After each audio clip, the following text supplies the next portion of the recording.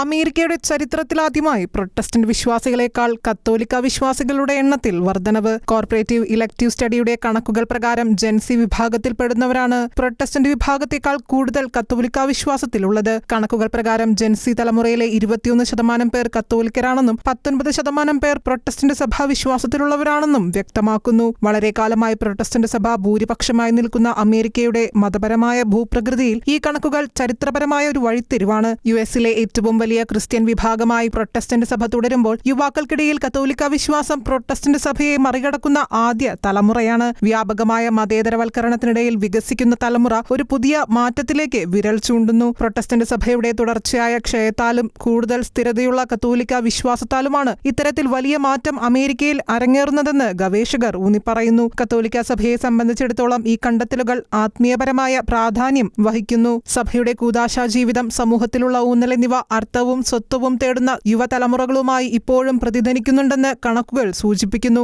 വെല്ലുവിളികൾ നിലനിൽക്കുന്നുണ്ടെങ്കിലും അമേരിക്കയിലെ യുവാക്കൾക്കിടയിൽ നിലനിൽക്കുന്ന കത്തോലിക്ക വിശ്വാസം കത്തോലിക്ക സഭയ്ക്ക് ആത്മവിശ്വാസം നൽകുന്നുണ്ട്. International desk, Shekinah news.